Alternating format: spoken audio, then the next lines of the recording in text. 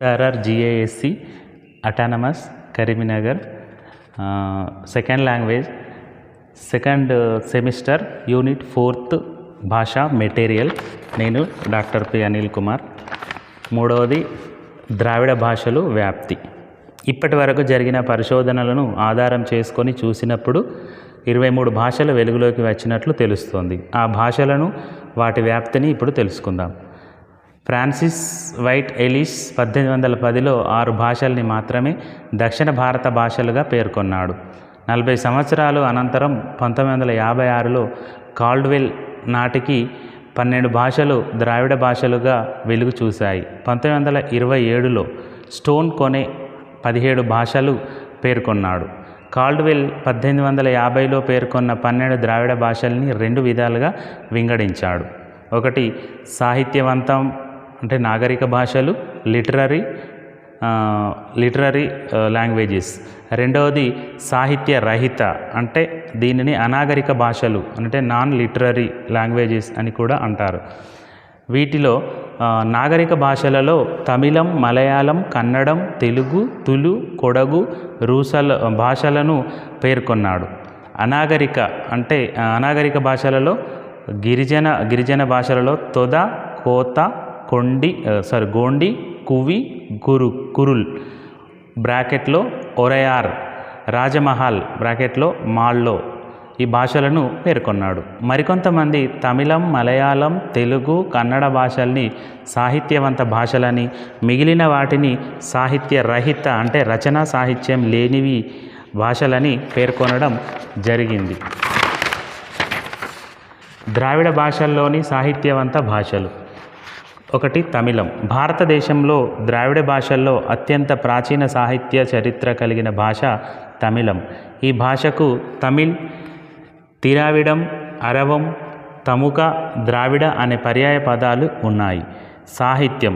తొల్కాప్పియం మొదటి వ్యాకరణ గ్రంథం. ఇది క్రీస్తుపూర్వం 1వ శతాబ్దంగా భావిస్తున్నారు. దీనిని రాసింది తొల్కాప్పియనార్ అని అంటారు. తొల్కాప్పియం క్రీస్తుపూర్వం 1వ శతాబ్ది కాదు, క్రీస్తు శకం 1వ శతాబ్దిది అనేవారు ఉన్నారు. తమిళ సాహిత్యంలో అతి ప్రాచీనమైంది సంఘ వాంగ్మయం. ఇది క్రీస్తుపూర్వం 1వ శతాబ్దం, క్రీస్తు శకం 3వ శతాబ్దం వరకు, 1వ శతాబ్దం నుండి 3వ శతాబ్దం వరకు ఉన్న కాలం. వందలాది ప్రాచీన కవులు రాసిన పద్యాలు, కవితలు సంపుటాలుగా కూర్చారు. వీటిలో ఎట్టుతొగై, పత్తుప్పాటు అనేవి ముఖ్యమైనవి. తిరువళ్ళువార్ రాసిన తిరుక్కురల్, ఇళంగా ఆటగల్ రాసిన చిలప్పదికారం, చిత్తలై చేత్తవార్ రాసిన మణిమేకలై గ్రంథాలు ప్రముఖంగా పేర్కొనదగ్గవి. బ్రాహ్మణ్య భారతి ప్రసిద్ధ కవి తమిళంలో. ఇక రెండవది మలయాళ సాహిత్యం. పూర్వం చేరవాడుగా వ్యవహారంలో ఉండి ప్రస్తుతం కేరళ రాష్ట్రంగా ఉన్న ప్రాంతంలో మలయాళ భాష వ్యవహారంలో ఉంది. ఈ భాషను మలబార్ అని కూడా అంటారు. మలబారీ అంటే కొండల వరుస అని అర్థం. మలయాళం అంటే కొండ ప్రాంతంలో వ్యవహరించే భాష అని అర్థం. సాహిత్యం. క్రీస్తు శకం 5 నుంచి 15 శతాబ్దాల మధ్యకాలంలో మలయాళ భాషలో ప్రత్యేక లక్షణాలు ఏర్పడి అది స్వతంత్ర భాష అయిందని ఎల్వి రామస్వామి అయ్యార్ నిరూపించారు. 9వ శతాబ్దానికి చెందిన భాస్కర రవివర్మ కొచ్చిన్ తామ్ర శాసనాలను మొదటి శాసనాలుగా గుర్తిస్తున్నారు. 13వ శతాబ్దికి చెందిన రామచరితం మొదటి కావ్యం. 14వ శతాబ్దికి చెందిన లీలాతిలకం మొదటి ప్రామాణిక వ్యాకరణం. మలయాళ భాషలో మణిప్రవాళం అనే ప్రత్యేక శైలి ఉంది. అంటే సంస్కృత పదాలని మలయాళ పదాలని కలిపి రాసే శైలి. ఇక మూడవది కన్నడ సాహిత్యం. కర్ణాటకం, కానరి, సేనరీస్ అనేవి కన్నడ భాషకు పర్యాయ పదాలుగా కనిపిస్తున్నాయి. కర్ణాట అంటే చెవులకు ఇంపు గొలిపే భాష అని వ్యుత్పత్తి చెప్పారు. వ్యవహార ప్రాంతం. ప్రస్తుతం కర్ణాటక రాష్ట్రంలో ప్రధానంగాను, మహారాష్ట్రలో కొంత భాగం, మిగిలిన భారతదేశపు అన్ని ప్రాంతాలలోనూ కన్నడ భాష మాట్లాడే ప్రజలు ఉన్నారు. ఇక సాహిత్యం. కన్నడ భాషలో క్రీస్తు శకం 5వ శతాబ్ది నుంచి శాసనాలు లభ్యమయ్యాయి. 9వ శతాబ్దానికి 150కి పైగా శాసనాలు లభించాయి. కన్నడ భాషలో అతి ప్రాచీన గ్రంథం క్రీస్తు శకం 9వ శతాబ్దిలో శ్రీ విజయుడు రాసిన కవిరాజ మార్గము అనే లక్షణ గ్రంథం. ఇక కన్నడ భాషలో భారత రచన కూడా 9వ శతాబ్దిలోనే జరిగింది. రత్నత్రయంగా పేర్పొందిన పంప, రన్న, పొన్న కవులు భారతాన్ని రాశారు. పంపకవి క్రీస్తు శకం 941లో ఆది పురాణం, విక్రమార్జున విజయం, పొన్నకవి శాంతి పురాణం, రన్నకవి అజిత పురాణం, గదాయుద్ధ అనే గ్రంథాలు రాశారు. కన్నడ భాషలో సర్వజ్ఞుడు, తెలుగులో వేమన కవి లాంటివాడు. 4. తెలుగు. ఆంధ్రప్రదేశ్, తెలంగాణ గాక ఇరుగు పొరుగు రాష్ట్రాలైన తమిళనాడు, కర్ణాటక, మహారాష్ట్ర, ఒరిస్సా, బెంగాల్, మధ్యప్రదేశ్లలో కూడా అధిక సంఖ్యలో తెలుగు మాట్లాడే ప్రజలు ఉన్నారు. ఇంకా చెప్పుకోదగ్గ సంఖ్యలో Mauritius, Malaysia, Sri Lanka, Burma, Singapore, దక్షిణాఫ్రికా, బ్రిటన్, కెనడా, ఆస్ట్రేలియా, అమెరికా మొదలైన ఇతర దేశాల్లో కూడా ఉన్నారు. ఈ భాషకు ఆంధ్రము, తెనుగు, తెలుగు అనేవి పర్యాయ పదాలుగా ఉన్నాయి.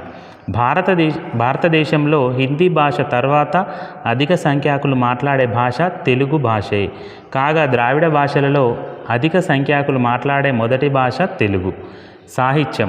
క్రీస్తుపూర్వం 1వ శతాబ్దానికి చెందిన తంబయ మొదటి తెలుగు మాట ఇది. విశాఖపట్నం, ఎలమంచలి దగ్గర కొత్తూరులో లభించిన శాసనం. ఇందులో తంబయదానం అనే పదం ఉంది. క్రీస్తు శకం 2వ శతాబ్దానికి చెందిన అమరావతి శాసనంలో లభించిన ఎర్రగుడిపాడులో లభించిన శాసనం పూర్తి తెలుగులో ఉన్న మొదటి శాసనం. 6వ శతాబ్దికి ముందు ఆంధ్ర ప్రాంతంలో శాసనాలు సంస్కృత, ప్రాకృత భాషలలో ఉండేవి. అయితే వాటిలో పేర్కొన్న గ్రామాల పేర్లు, వ్యక్తుల పేర్లు తెలుగువే. లభ్యమైనంతలో క్రీస్తు శకం 11వ శతాబ్దిలో నన్నయ్య రాసిన ఆంధ్ర మహాభారతమే మొదటిది. కన్నడంలో రత్నత్రయం పంప, పొన్న, రన్న లాగా తెలుగులో నన్నయ్య, తిక్కన, ఎర్రన కవిత్రయంగా పేరుగాంచారు. శ్రీనాథుడు, పోతన, శ్రీకృష్ణదేవరాయలు, పెద్దన, రామరాజభూషణుడు, చేమకూర వెంకటకవి, అన్నమయ్య, వేమన, కందుకూరి, గురజాడ, గిడుగు, శ్రీశ్రీ, సినారె, విశ్వనాథ, కాళోజీ మొదలైన ఎందరో తెలుగు సాహిత్యాన్ని సుసంపన్నం చేశారు. ఇక 5వది తులు తమిళ భాష. తులు తమిళ భాష సంఘ వాంగ్మయానికి చెందిన అకనానుజు అనే దానిలో తులునాడును, అందులో ఉన్న మూడూర్ అనే పట్టణాన్ని వర్ణించారు. దీనిని బట్టి తులు భాష సంఘ వాంగ్మయం నాటికే ఉందని తెలుస్తోంది. శ్రీకృష్ణదేవరాయలు తులు వంశం వాడే. ఆయన మాతృభాష తులు భాషే. ఈ భాషను తులువ అని కూడా అంటారు. తులు పదజాలం వల్ల కూడా ఆ భాష బాగా అభివృద్ధి చెందిన భాష అని చెప్పవచ్చు. కాబట్టే కాల్డ్వెల్ దీనిని నాగరిక భాషలలో చేర్చాడు. తులు భాషకంటూ ప్రత్యేక లిపి లేకపోయినా వీరు తులు భాషకు కన్నడ, మలయాళ లిపులు వాడుతున్నారు.